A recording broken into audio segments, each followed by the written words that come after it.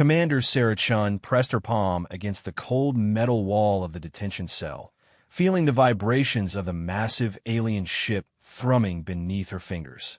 The sound was different from human vessels, deeper, almost organic in its rhythm. She had been aboard the Zephyrian flagship for 3 days now, ever since her small reconnaissance craft had been captured during what was supposed to be a routine patrol mission along the outer rim of human territory. The cell itself was surprisingly spacious, though clearly designed for beings much larger than humans. The ceiling stretched nearly 4 meters high, and the walls were adorned with intricate patterns that seemed to shift and flow when she wasn't looking directly at them. Despite being a prisoner, Sarah had to admit there was an undeniable beauty to Zephyrian architecture. Everything curved and flowed like water frozen in time, creating an aesthetic that was both alien and somehow familiar. A soft chime echoed through the chamber, and the wall opposite her began to dissolve.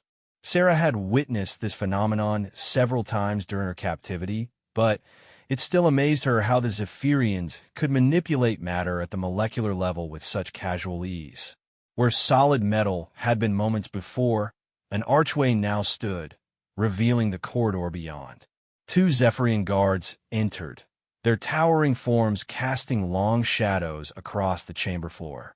They stood nearly 3 meters tall, with elongated limbs and skin that shimmered with an opalescent quality, shifting between deep blues and purples depending on the angle of the light.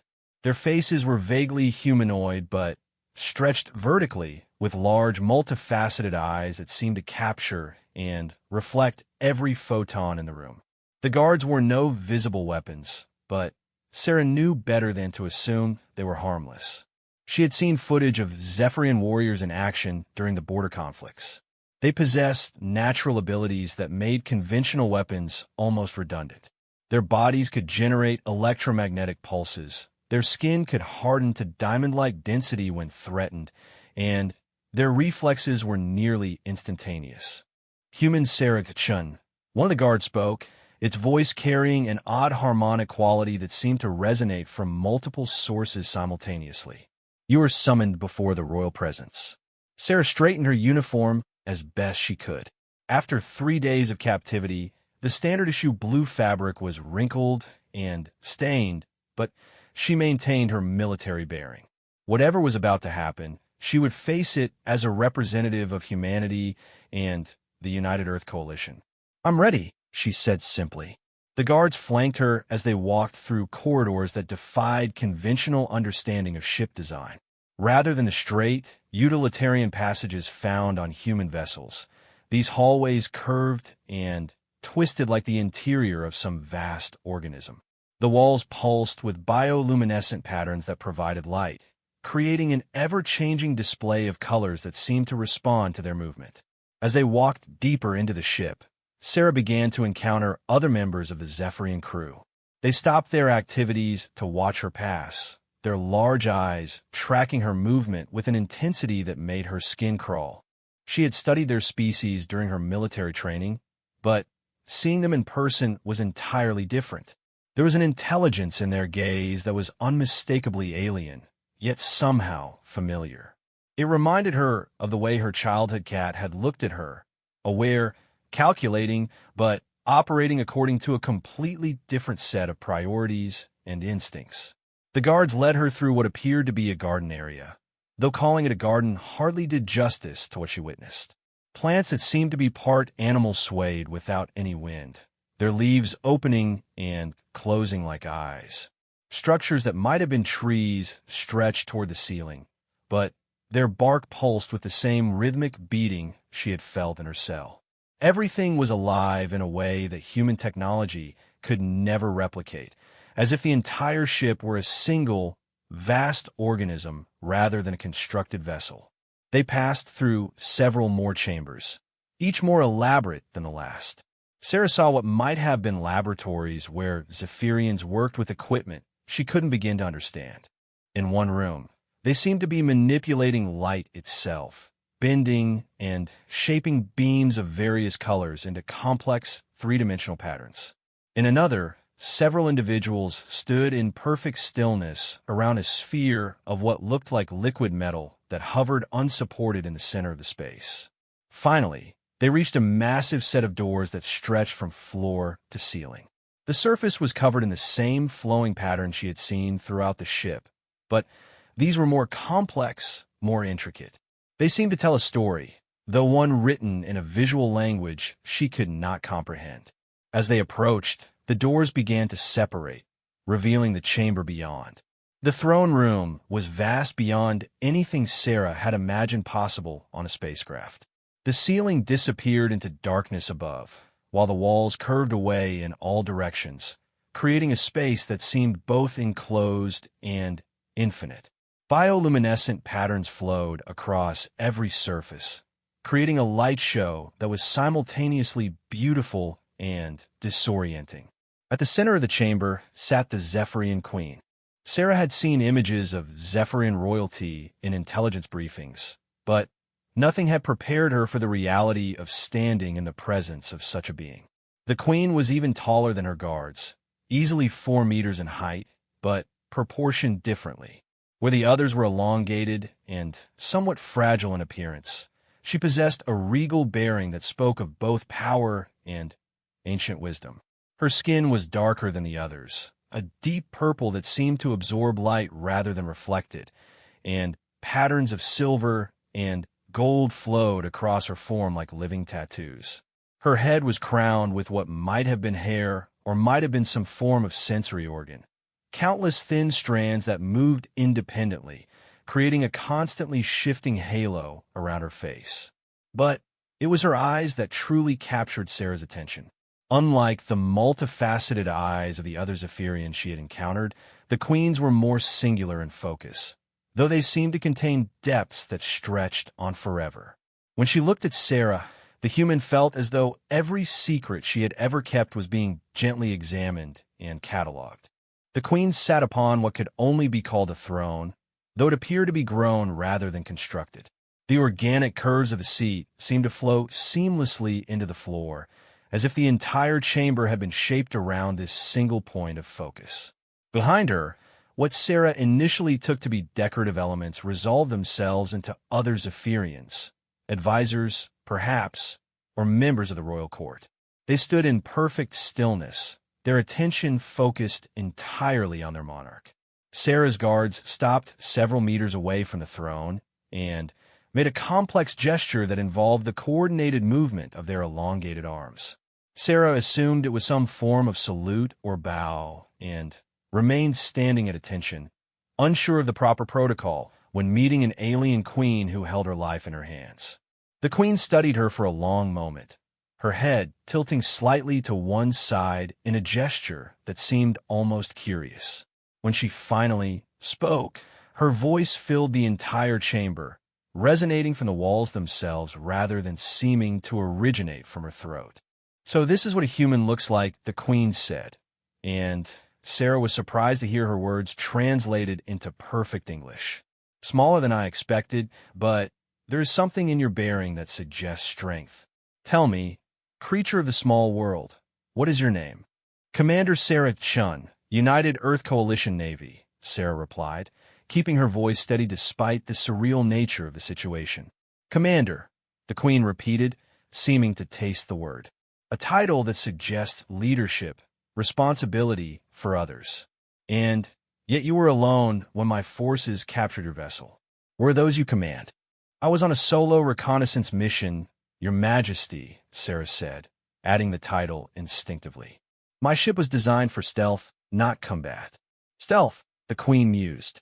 "Your species seeks to hide from us rather than meet us in open conflict. Is this wisdom or cowardice?" Sarah felt a flash of anger at the implication, but forced herself to remain calm. "With respect, Your Majesty, it's tactical awareness. Your ship's outgun ours by several orders of magnitude. Direct confrontation would be suicide."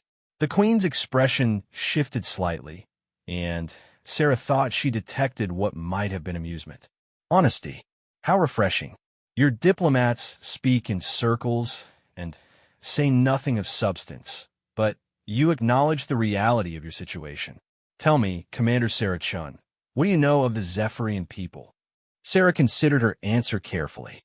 She was walking through a minefield of interspecies diplomacy, where the wrong word could mean the difference between life and death, not just for herself, but potentially for millions of humans if this encounter went badly. I know that your people have mastered technologies that we're only beginning to understand, she said finally. I know that you've been expanding your territory steadily for the past 2 decades, and that you've encountered dozens of other species during that expansion. I know that some of those species are no longer independent entities. No longer independent entities, the Queen repeated. Such careful phrasing. You mean to say that we conquered them, absorbed them into our empire? Why do you hesitate to speak plainly? Because I'm trying to understand whether conquest was your goal or whether circumstances forced those outcomes, Sarah replied. In my experience, the truth is usually more complex than it appears from the outside. The Queen leaned forward slightly on her throne, her attention sharpening. Explain this thought. Sarah took a breath, knowing she was about to venture into dangerous territory. Every species we've encountered has unique strengths and weaknesses. Humans excel at adaptation and what we call thinking outside the box. We're persistent, stubborn, and have a tendency to find unconventional solutions to problems. But we're also individually weak, short-lived, and our technology lags behind most spacefaring civilizations. She paused, watching the Queen's reaction before continuing. The species you've absorbed might have possessed technologies or abilities you needed. Rather than attempting to trade or negotiate, which can be complicated when dealing with truly alien mindsets, conquest might have been the most efficient solution. And do you believe this makes us evil? The Queen asked. I believe it makes you practical, Sarah said. But I also believe it might be unnecessary with humans. The chamber fell silent except for the ever-present organic humming of the ship. Sarah could feel the attention of every being in the room focused on her, waiting to see how the Queen would respond to such a bold statement. Finally, the Queen spoke. You intrigue me, Commander Sarah Chun. Your species has been observing our expansion for years. Yet rather than fleeing or attempting to negotiate from a position of strength, you send a single scout ship into our territory. This suggests either remarkable courage or remarkable stupidity. Sometimes the two are indistinguishable, Sarah admitted. The Queen made a sound that might have been laughter, a complex harmonic that seemed to come from everywhere at once. Indeed they are.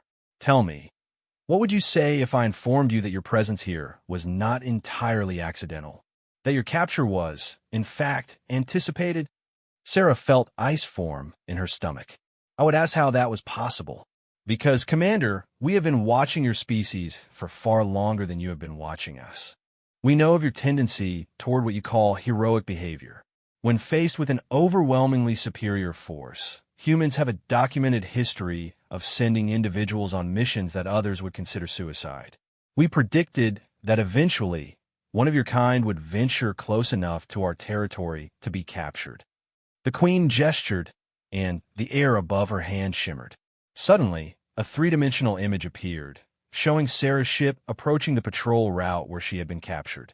But the image continued, showing Zephyrian vessels moving to intercept her course long before her sensors could have detected them. You allowed me to be captured, Sarah said, understanding flooding through her. Indeed, because there are questions that need to be answered before we decide the fate of your species. Questions that can only be answered by understanding the true nature of humanity. Sarah felt the weight of responsibility settle on her shoulders like a lead cloak. She wasn't just a prisoner of war anymore. She was, whether she had chosen it or not, humanity's representative in whatever test the Zephyrians had devised.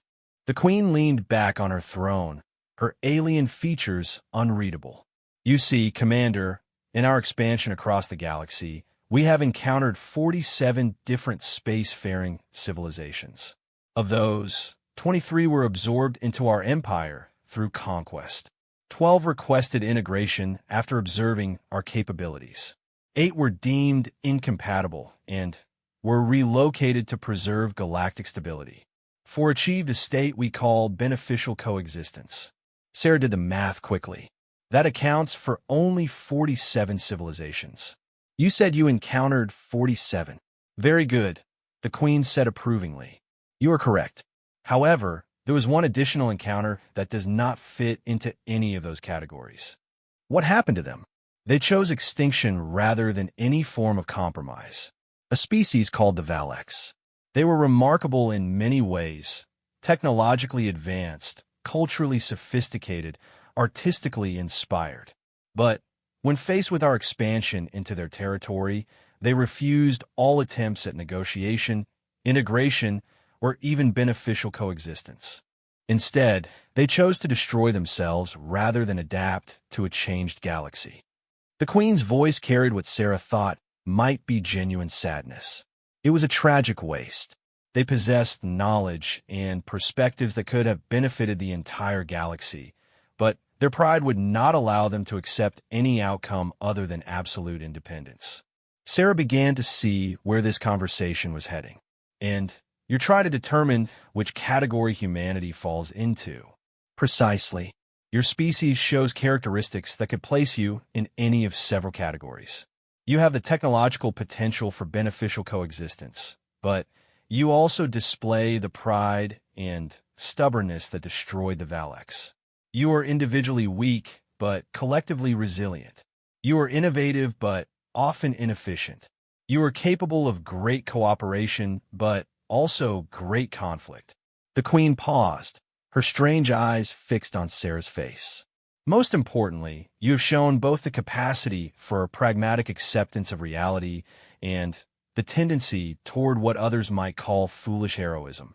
The question we must answer is which of these traits will dominate when your species is faced with the reality of our presence. Sarah felt the enormity of the moment settling around her.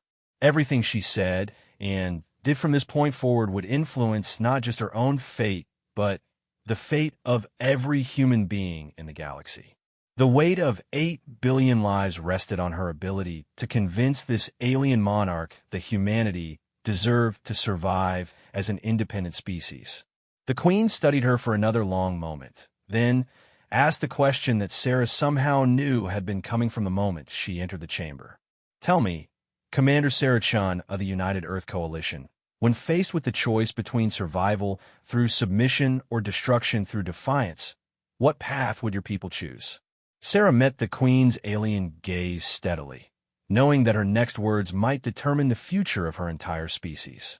In the vast chamber, surrounded by beings whose power dwarfed anything humanity had ever imagined, she stood alone with the weight of her world's destiny resting on her shoulders. The silence stretched between them, pregnant with possibility and threat, as Sarah prepared to speak for all of humanity. Sarah took a deep breath, feeling the weight of 8 billion souls pressing down on her shoulders.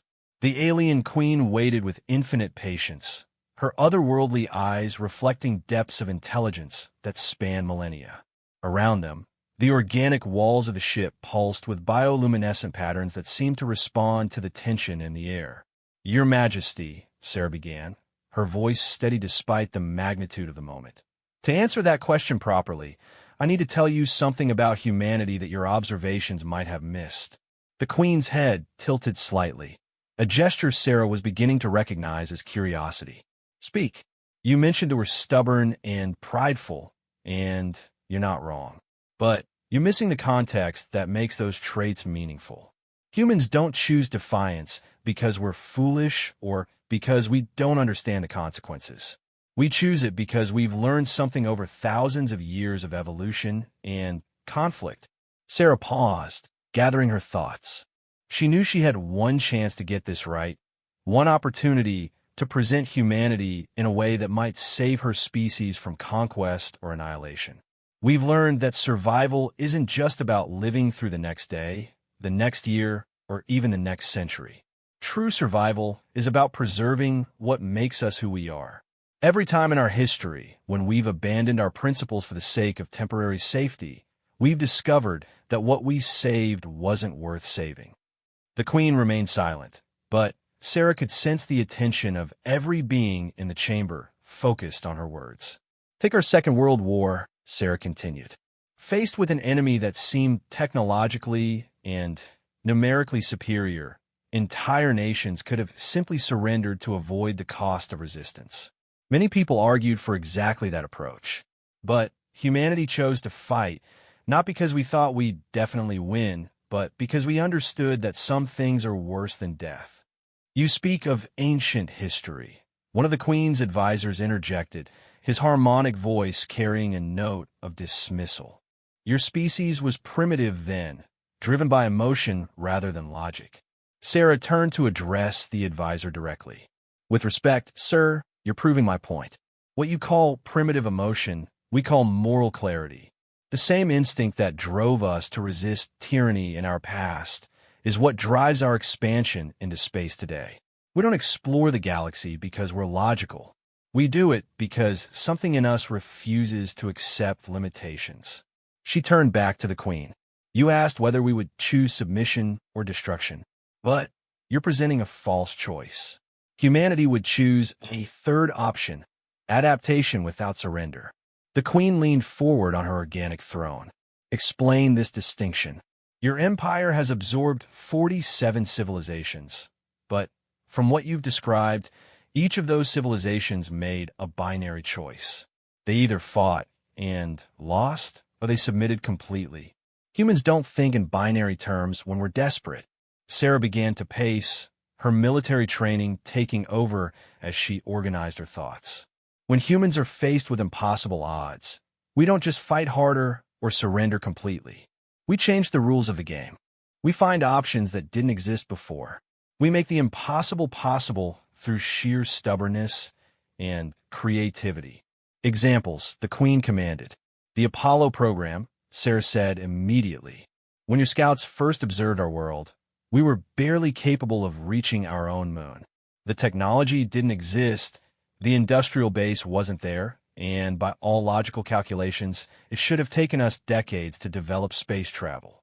But we decided to put humans on the moon within a single decade, and we did it. She gestured at the alien technology surrounding them. You achieved space flight through biological engineering, growing your ships like living organisms. Most species probably follow similar development paths, working within the boundaries of their natural abilities. Humans decided to strap themselves to controlled explosions and throw themselves into space through sheer applied violence. Several of the Zephyrian advisors exchanged glances, their large eyes reflecting what might have been surprise. Or consider our response to disease, Sarah continued, warming to her theme. Every species faces pathogens, and most probably develop natural immunities over evolutionary timescales. When humans encounter diseases that should have wiped us out, we didn't wait for evolution. We deliberately infected ourselves with weakened versions of deadly viruses, trained our immune systems like soldiers, and turned our own biology into a weapon against disease. The Queen's expression remained unreadable, but Sarah could sense she had the alien monarch's full attention. What you call stubbornness, we call refusal to accept that any problem is truly unsolvable. What you call pride, we call unwillingness to compromise our core identity. These aren't flaws in human character. They're the fundamental traits that have allowed us to survive and thrive in environments that should have killed us. Sarah stopped pacing and faced the Queen directly. So, when you ask whether humanity would choose submission or destruction, you're asking the wrong question. We would choose to find a way to coexist with your empire while remaining fundamentally human. And if that option doesn't currently exist, we would create it. The chamber fell silent for a long moment. Then, the Queen spoke, her voice carrying a note Sarah hadn't heard before, something that might have been respect. And how, Commander, would your species propose to create this non-existent option? Sarah smiled, feeling a familiar surge of the confidence that had carried her through military academy and into the depths of space. By doing what humans do best, finding value in unexpected places. She gestured at the organic walls around them. Your empire expands by conquest because you're looking for resources, technology, and strategic advantage. But you're thinking like a species that's already achieved perfection. You have incredible technology, vast resources, and apparent immortality. What could a species like humanity possibly offer that you don't already possess? Indeed, the Queen said. What could you offer? Perspective, Sarah said simply. You've created a perfect empire, but perfection is static. It doesn't grow, doesn't evolve, doesn't discover new possibilities. Humanity offers something your empire has never encountered before, the ability to find solutions that shouldn't work but do. Sarah began pacing again, her mind racing as ideas formed. You said you've absorbed 47 civilizations. What happened to their unique perspectives? Their different ways of thinking? When you integrate a species into your empire, do you preserve their distinctiveness, or do they become more like you? The Queen was quiet for a long moment. Integration requires standardization. Efficiency demands uniformity. And there's your problem, Sarah said triumphantly. You're not expanding your empire, you're expanding yourself. Every species you absorb becomes a little more Zephyrian and a little less whatever they used to be. You're not gaining new capabilities, you're reproducing your existing ones on a larger scale. She could see that her words were having an effect. Several of the advisors were speaking to each other in rapid, harmonic conversations that created a complex musical backdrop to the discussion. Humans could offer your empire something it's never had before, a client species that becomes more valuable by remaining distinctly non-Zephyrian. A people who solve problems by thinking in ways that you never could, precisely because we're not as advanced as you are. The Queen's eyes narrowed. You propose to remain primitive? Not primitive, complementary. Your species thinks in terms of harmony, integration, and biological efficiency. Ours thinks in terms of controlled chaos, individual initiative, and mechanical solutions. Put us together, and you get something that neither species could achieve alone. Sarah paused, then made the argument she hoped would seal the deal. Your Majesty, in all your expansion across the galaxy, have you ever encountered a problem that your existing capabilities couldn't solve? The Queen exchanged glances with her advisors before answering. There have been challenges. What if I told you that humans specialize in solving exactly those kinds of problems? The impossible ones, the ones that require thinking so far outside conventional parameters that they seem more like insanity than strategy. Sarah could see she had struck something important. The Queen's posture had changed, becoming more attentive, more engaged. Give me an example of a problem your empire has been unable to solve, Sarah said boldly. Something that stumped your best minds despite all your technology and wisdom. Let me show you how a human would approach it. The chamber fell silent except for the ever-present organic humming. Sarah could feel the weight of her challenge hanging in the air. She had just offered to prove humanity's worth by solving a problem that had defeated a civilization capable of crossing galactic distances and manipulating matter at the molecular level. After what felt like an eternity, the Queen spoke. Very well, Commander Sarah-chan. There is indeed a problem that has challenged our empire for over 3 centuries. The air above the Queen's hand shimmered, and suddenly, the chamber was filled with a 3-dimensional holographic display showing a star system unlike anything Sarah had ever seen. At its center was a binary pair of stars, but they were connected by streams of matter that formed a complex web throughout the system. The Nexus system, the Queen explained. The gravitational interactions between the binary stars and 7 planetary bodies create a constantly shifting maze of matter streams and energy fluctuations. It's completely unstable from moment to moment, yet somehow maintains a long-term equilibrium that has persisted for millennia. Sarah studied the display, watching as streams of stellar matter flowed between the 2 stars in patterns that seemed to shift according to no discernible logic. The system contains the largest concentration of exotic matter we have ever discovered, the Queen continued. Matter that could revolutionize our understanding of physics and provide energy sources beyond anything currently available. But the system's instability makes it impossible to predict safe passage routes. Ships that enter the system are torn apart by gravitational shears or incinerated by plasma streams. How many expeditions have you sent? Sarah asked, still studying the swirling patterns. 47. Using every technique our science could devise. We have modeled the system's behavior using quantum computers the size of moons. We have sent automated probes equipped with our most advanced AI systems. We have even attempted to use biological organisms specifically evolved for extreme gravitational environments. And none of them succeeded? 3 expeditions managed to reach the exotic matter deposits. All were destroyed during the return journey. The system seems to respond to intrusion, as if it actively resists our presence. Sarah nodded slowly, pieces of an impossible puzzle beginning to form in her mind. Your Majesty, what if I told you that this system isn't a scientific problem at all? What if it's something else entirely? The Queen's advisors began their harmonic discussions again, but the Queen herself remained focused on Sarah. Explain. You're approaching this like engineers, trying to calculate optimal paths through a complex gravitational maze. But what if the system isn't a maze at all? What if it's alive? Silence fell across the chamber like a physical weight. Impossible, one of the advisors said. Stellar formations cannot be living organisms. Why not? Sarah challenged. You grow your ships like living organisms. You manipulate matter at the molecular level through biological processes. Why is it impossible that a binary star system could have achieved some form of organic consciousness?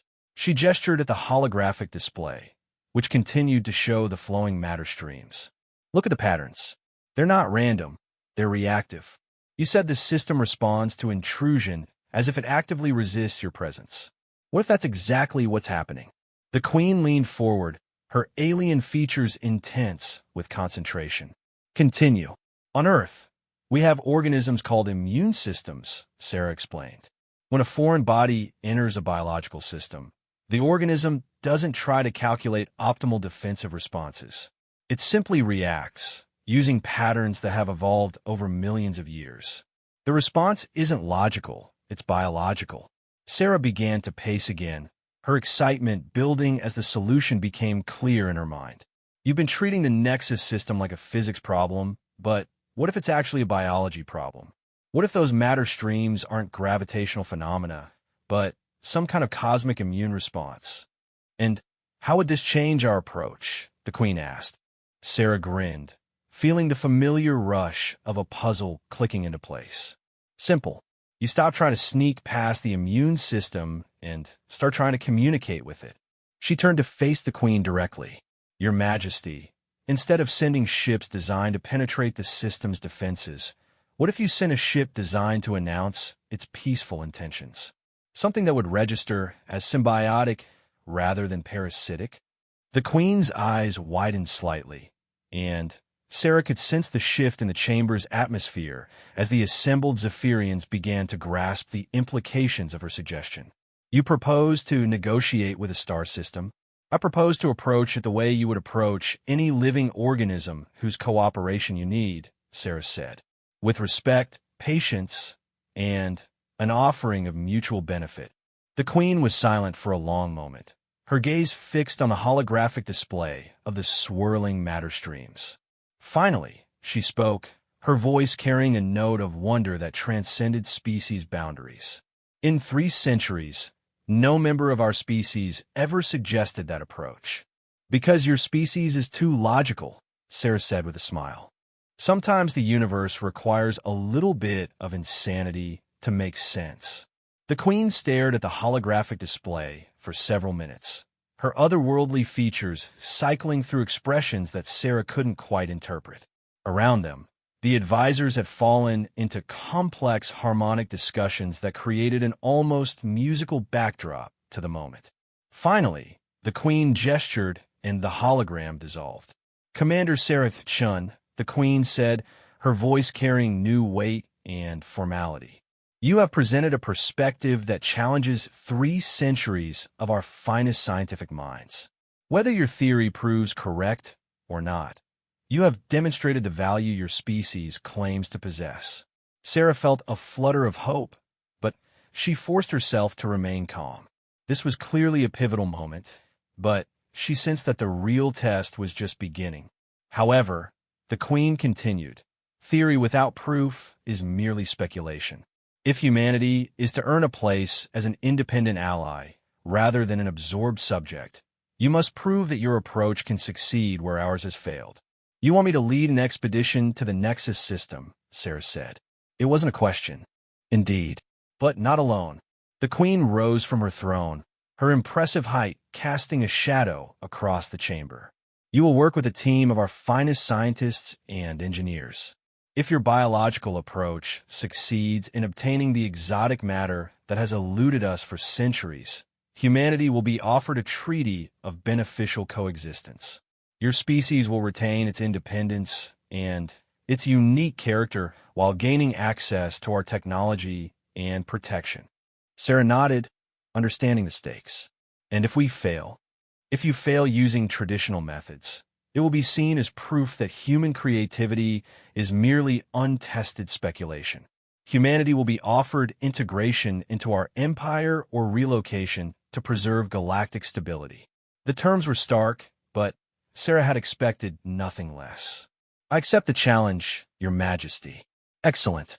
The Queen gestured to one of her advisors, a Zephyrian whose skin patterns seemed more complex than the others.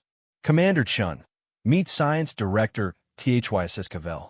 They will lead the scientific portion of your expedition." The Science Director approached with fluid grace, their movements creating subtle shifts in the bioluminescent patterns that flowed across their skin. When they spoke, their harmonic voice carried overtones of curiosity and what Sarah thought might be cautious respect. "Commander Chun, I confess myself intrigued by your biological hypothesis. However, I must note that our previous expeditions have included biological components. We have sent living ships, organic sensors, and even specimens of various symbiotic organisms. None achieved success." Sarah nodded thoughtfully. "Director HFY Sci-Fi, may I ask what those biological components were designed to do?"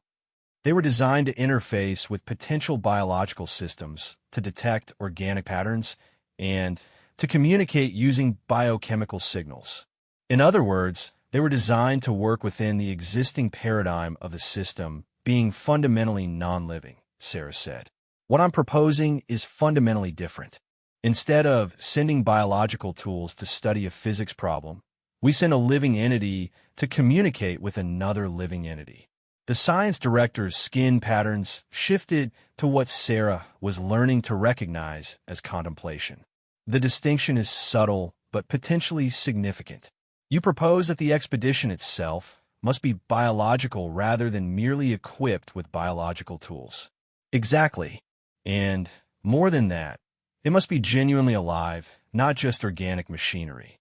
It must have its own consciousness, its own intentions, its own capacity for independent thought and decision-making." Sarah paused, then made a statement that she knew would shock the assembled Zephyrians. "The ship itself must be alive, and it must want to visit the Nexus system for its own reasons, not just because we're commanding it to go there." The chamber fell silent except for the organic humming of the ship's walls. Sarah could see that she had pushed the boundaries of what even the advanced Zephyrians considered possible. "Commander," the Queen said carefully, "are you proposing that we create an artificial consciousness for this mission?" "Not artificial," Sarah corrected. "Genuinely biological. A ship that's not just grown, but born. A vessel with its own mind, its own curiosity, its own desire to explore and understand." Science Director Sci-Fi's skin patterns had shifted to what Sarah interpreted as excitement mixed with uncertainty. "The theoretical framework exists within our biotechnology, but the practical challenges would be enormous. Creating a consciousness sophisticated enough to pilot a starship, but flexible enough to adapt to completely unknown circumstances. It's never been attempted," the Queen said. "Because you've never had a reason to attempt it," Sarah replied. "Your existing biological ships are incredibly sophisticated, but they're still tools. They're extensions of your will rather than independent entities. What I'm proposing is partnership rather than control." She gestured at the walls around them. "This ship we're on right now, It's alive, but it's not conscious in the way you or I are conscious. It responds to your commands because that's how it was designed. But what if we created a ship that chose to work with us because it wanted to, not because it was programmed to? The implications of her suggestion rippled through the chamber as the assembled Zephyrians began to grasp what she was proposing. You're talking about creating a new form of life. One of the advisors said, their harmonic voice carrying notes of awe and concern. I'm talking about evolution, Sarah corrected. Your biotech has reached the point where you can grow ships, manipulate matter, and interface directly with living systems. The next step is creating entities that can think for themselves, make their own decisions, and form genuine partnerships with biological beings like yourselves. The Queen's expression had shifted to something Sarah couldn't quite read. The ethical implications alone are exactly why this might work, Sarah finished.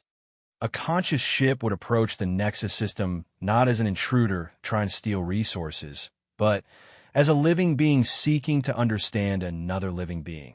The system might respond entirely differently to that kind of approach. Science Director HFY Sci-Fi began to pace, their elongated form moving in patterns that seemed to mirror their thought processes. The technical challenges would be significant. We would need to design neural pathways sophisticated enough to support consciousness while remaining simple enough to integrate with ship systems. The entity would need to be curious enough to explore, but cautious enough to survive. It would need to be independent enough to make its own decisions, but cooperative enough to work with the crew.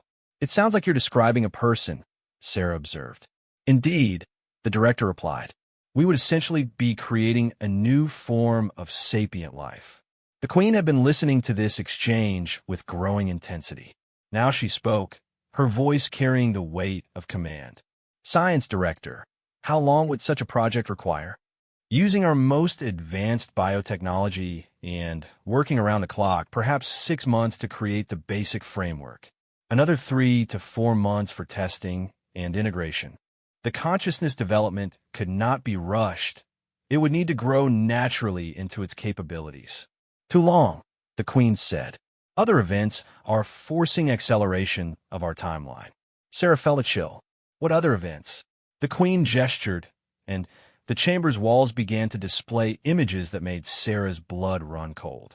Star maps showing the steady expansion of Zephyrian territory, with one particular section highlighting a familiar yellow star. Your species is not the only one we are currently evaluating, the Queen explained. The Hegemony Council has scheduled a formal assessment of humanity within the next 4 months. If we cannot present compelling evidence of human value by that time, the decision regarding your species' fate will be made by others who may not be as patient as I have been. Sarah studied the star maps, understanding flooding through her as she saw the strategic picture. You're not just expanding randomly. You're racing against other powers in the galaxy. The Zephyrian Empire is not the only major power in this region of space, the Queen confirmed. The hegemony represents a coalition of species that believe in maximum efficiency through complete standardization. They view diversity as a weakness and independence as a threat to galactic stability. And they're closing in on human space, Sarah realized. Indeed, if we do not formally claim humanity as an ally within the next 4 months, the hegemony will take action to stabilize your region of space according to their protocols. Sarah didn't need to ask what that meant. She could see it in the Queen's expression and in the tense postures of the advisors. The hegemony's idea of stabilization would make even Zephyrian conquest look gentle by comparison. Then, we'll have to accelerate the timeline, Sarah said with determination she didn't entirely feel. How long would it take to create a simpler version of what we discussed? Not a fully conscious ship, but something with enough independent thought to approach the Nexus system differently.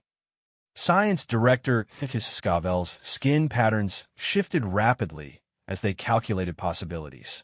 If we focused on creating enhanced instincts rather than full consciousness, perhaps 8 weeks for the basic framework. Another 4 weeks for integration and testing. 3 months total, the Queen said. That would leave us 1 month to conduct the mission and present our findings to the Hegemony Council.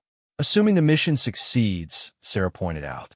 Indeed, the Queen's gaze fixed on Sarah with an intensity that seemed to peer into her soul.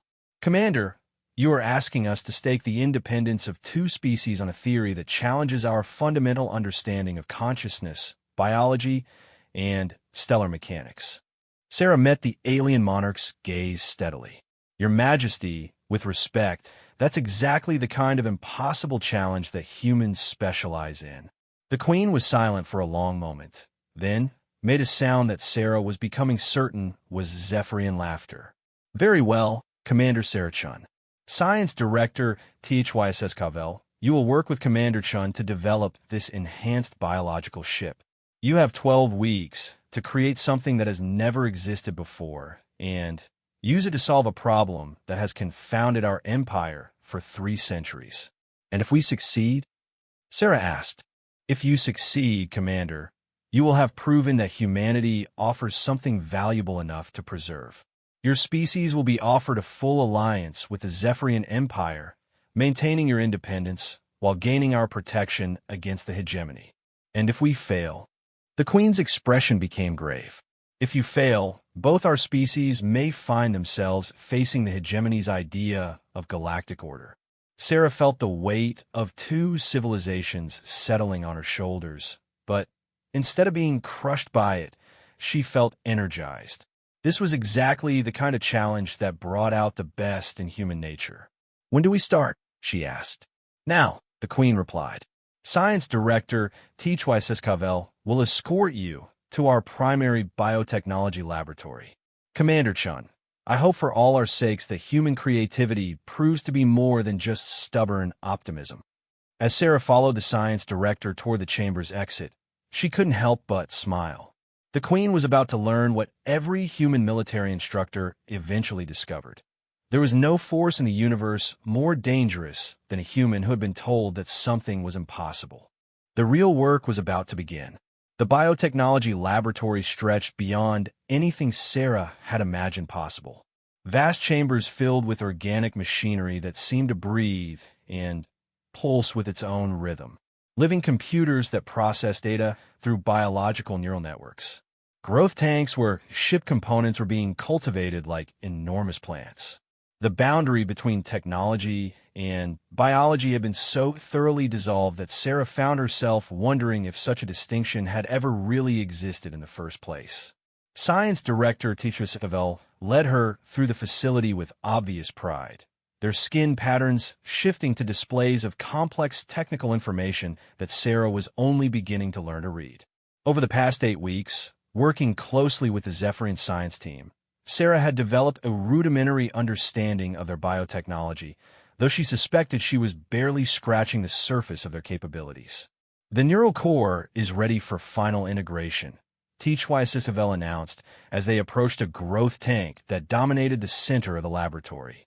Inside, suspended in a fluid that seemed to shimmer with its own light, was the most beautiful and terrifying thing Sarah had ever seen. The entity they had created defied easy description.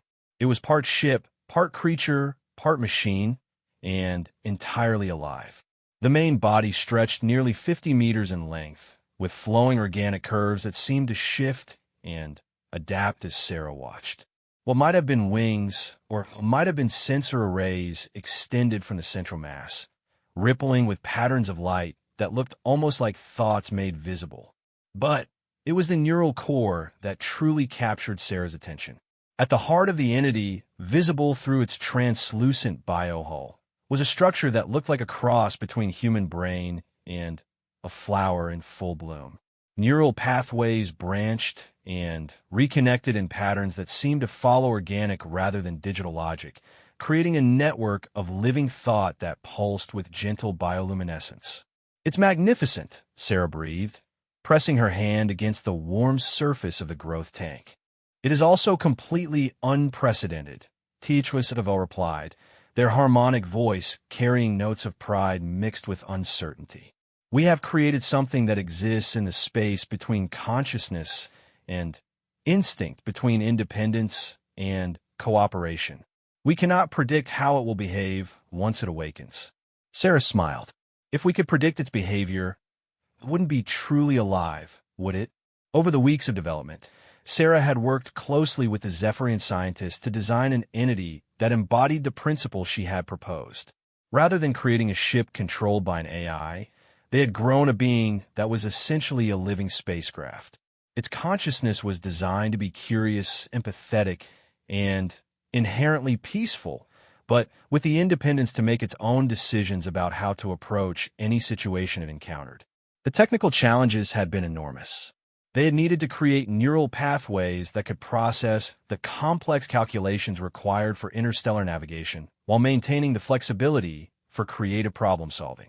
The entity needed to be robust enough to survive in the hostile environment of space while remaining sensitive enough to detect and respond to subtle biological signals. Most challenging of all, they had needed to design a consciousness that would genuinely want to explore the unknown rather than simply following program directives. The entity had to be driven by its own curiosity and sense of wonder, not by external commands. The awakening sequence will begin in 6 hours, HFY Sci-Fi announced. Are you prepared for first contact with our creation? Sarah nodded, though she felt a flutter of nervousness. Over the weeks of development, she had often wondered what it would be like to meet a being that had never existed before, whose first conscious thoughts would be shaped by their interaction. I've prepared a communication protocol based on human first contact procedures, Sarah said. Simple concepts, peaceful intentions, establishing basic trust. But I suspect our friend in there might surprise us with what it wants to talk about. The next few hours passed in a blur of final preparations. The Queen herself arrived to witness the awakening, accompanied by a full retinue of advisors and scientists.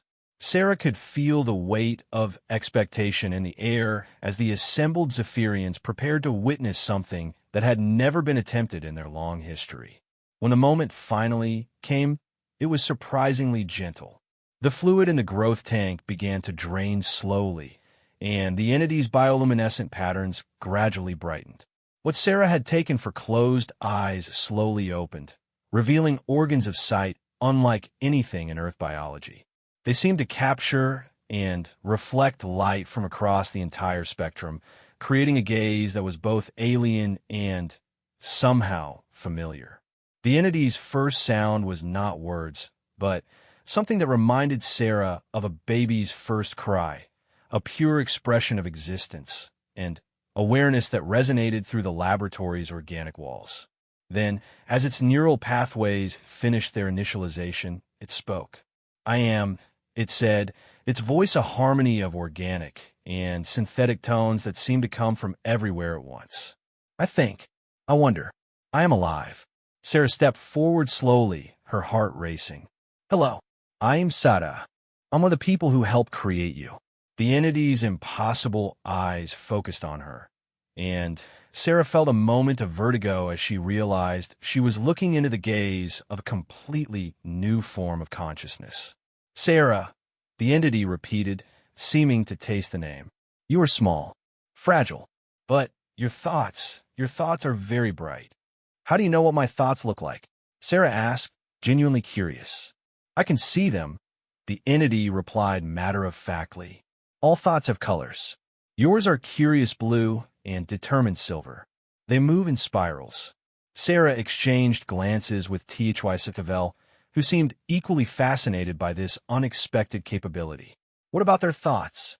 Sarah asked, gesturing toward the Zephyrian scientists. The entity's attention shifted to the assembled aliens. Different, deeper purple, and harmony gold. They move in waves. Beautiful but sad. The Queen stepped forward, her impressive height casting shadows across the laboratory. Why do you perceive sadness in us? Because you have forgotten how to wonder, the entity said simply. Your thoughts are old and careful. They seek order and efficiency. But wonder is chaotic. It explores without purpose except the joy of discovery. Sarah felt a chill of recognition. In a few simple words, the entity had identified something fundamental about the difference between human and Zephyrian consciousness. Do you know why you were created? The Queen asked. to explore, to discover, to seek understanding where none exists. The entity's bioluminescent patterns shifted to what Sarah was learning to interpret as excitement. You have shown me images of the Nexus system. It calls to me. It sings. It sings. Kiskavel repeted. Everything alive sings, the entity explained. Most beings cannot hear it because they listen with their thoughts instead of their hearts. The Nexus system's song is lonely. It wants to be understood. Sarah felt pieces clicking into place. You think the system is actually lonely? I think it is the only one of its kind, the entity replied. Imagine being the only conscious being in existence. How desperately would you want someone to talk to? The implications hit Sarah like a physical blow. We've been approaching this all wrong. The system isn't defending itself from intruders. It's testing visitors to see if they're capable of real communication. The Queen's advisors began their harmonic discussions again, but the Queen herself remained focused on the entity. Can you communicate with this system? I could try, the entity said, but I will need companions.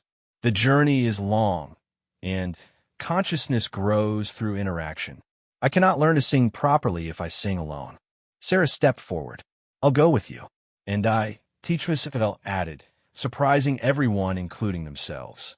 The Queen was silent for a long moment. The risks are enormous. If the expedition fails, we lose our most advanced biotechnology experiment and potentially our best hope of proving humanity's value to the Hegemony Council. Your Majesty, Sarah said, sometimes the biggest risk is not taking any risk at all.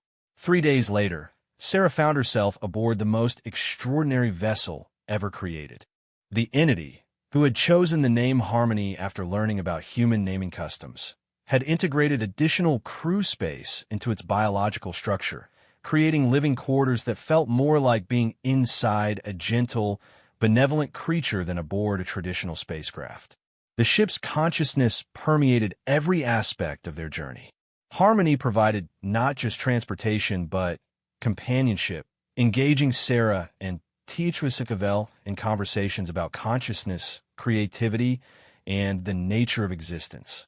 Sarah found herself developing a genuine affection for their ship, who displayed a curiosity about the universe that reminded her of her own reasons for joining the space program. As they approached the Nexus system, Sarah could feel Harmony's excitement building. The ship's bioluminescent patterns had shifted to configurations she had never seen before, creating light displays that seemed to pulse in rhythm with some unheard music. I can hear it now, Harmony announced as the binary stars came into view. It's so beautiful, so sad. It's been waiting so long. Through the ship's organic viewports, Sarah could see the matter streams that had destroyed 47 previous expeditions. They twisted and flowed between the binary stars in patterns that defied conventional physics, creating a maze that seemed to shift and change even as she watched. Harmony, Sarah said carefully, how do you want to approach this? With respect, Harmony replied. With patience. With love. Instead of calculating optimal flight paths or deploying defensive shields, Harmony began to sing. The sound started as a low harmonic that Sarah could feel through the ship's living hull. It was wordless, but somehow filled with meaning. A song of greeting, of peaceful intention, of genuine desire for communication. As they drew closer to the matter streams, Harmony's song grew more complex, incorporating harmonies and rhythms that seemed to respond to the system's own patterns. And impossibly, the Nexus system began to sing back. Sarah watched in wonder as the chaotic matter streams began to organize themselves into more coherent patterns.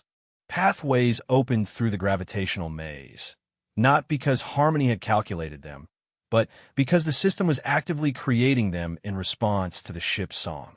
It's welcoming us, HFY breathed, their skin patterns displaying amazement.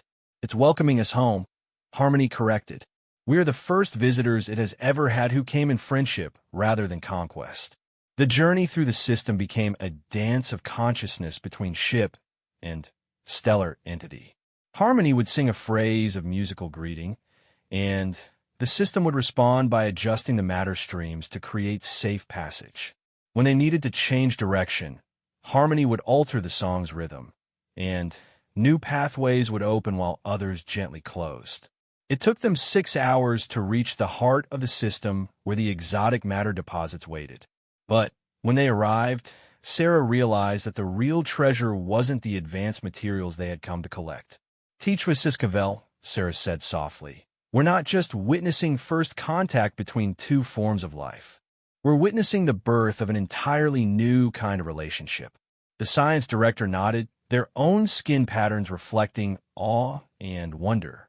A symbiotic partnership between mobile consciousness and stellar-scale intelligence.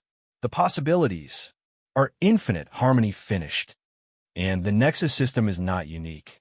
It tells me there are others scattered across the galaxy. Lonely stellar consciousnesses waiting for someone who can hear their songs. As they began the return journey, their ship's holds filled with exotic matter, freely given rather than stolen, Sarah felt a deep satisfaction. They had solved the problem that had challenged the Zephyrian Empire for centuries, but, more importantly, they had proved that impossible problems often had beautiful solutions. 2 weeks later, Sarah stood once again in the Queen's throne room, but everything had changed. The successful mission had provided the evidence needed to convince the Hegemony Council that humanity deserved independent alliance status. More importantly, it had opened possibilities that neither species had imagined. Commander Chun, the Queen said, your success has exceeded every expectation. The exotic matter you retrieved will advance our technology by centuries. But the real value lies in the new form of consciousness you helped create and the diplomatic relationships it has made possible. Sarah smiled. Harmony asked me to give you a message, Your Majesty. Oh, it wants to know if you would like to meet its new friend. The Queen's expression shifted to curiosity. Its new friend. The Nexus System Consciousness has agreed to establish a permanent communication link with the Zephyrian Empire. Harmony will serve as translator and cultural ambassador. You'll be able to learn from a form of intelligence that has existed for millions of years. The implications rippled through the assembled advisors as they realized what Sarah was describing. But more than that, Sarah continued, Harmony has made contact with other stellar consciousnesses throughout the galaxy. They're lonely, Your Majesty. They've been waiting for eons for someone who could hear their songs. The Zephyrian Empire could become the first galactic civilization to establish diplomatic relations with stellar-scale intelligences. The Queen was silent for a long moment, then spoke with something that might have been wonder. And humanity's role in this new galaxy? Same as always, Sarah said with a grin. We'll keep finding impossible solutions to problems nobody else even knew existed. 6 months later, Sarah stood on the observation deck of the first joint human-Zephyrian research station, watching as Harmony danced through space with a cluster of other living ships. Each vessel carried crews of mixed species, exploring the galaxy not as conquerors, but as ambassadors to forms of consciousness that span scales from planetary to galactic. The hegemony had reluctantly accepted the new paradigm when faced with the reality of stellar-scale allies. The galaxy was becoming a more complex, more wonderful place than anyone had imagined possible. Sarah's communicator chimed, and the Queen's harmonic voice filled the observation lounge. Commander Chun, we have detected what appears to be a consciousness that spans an entire galaxy.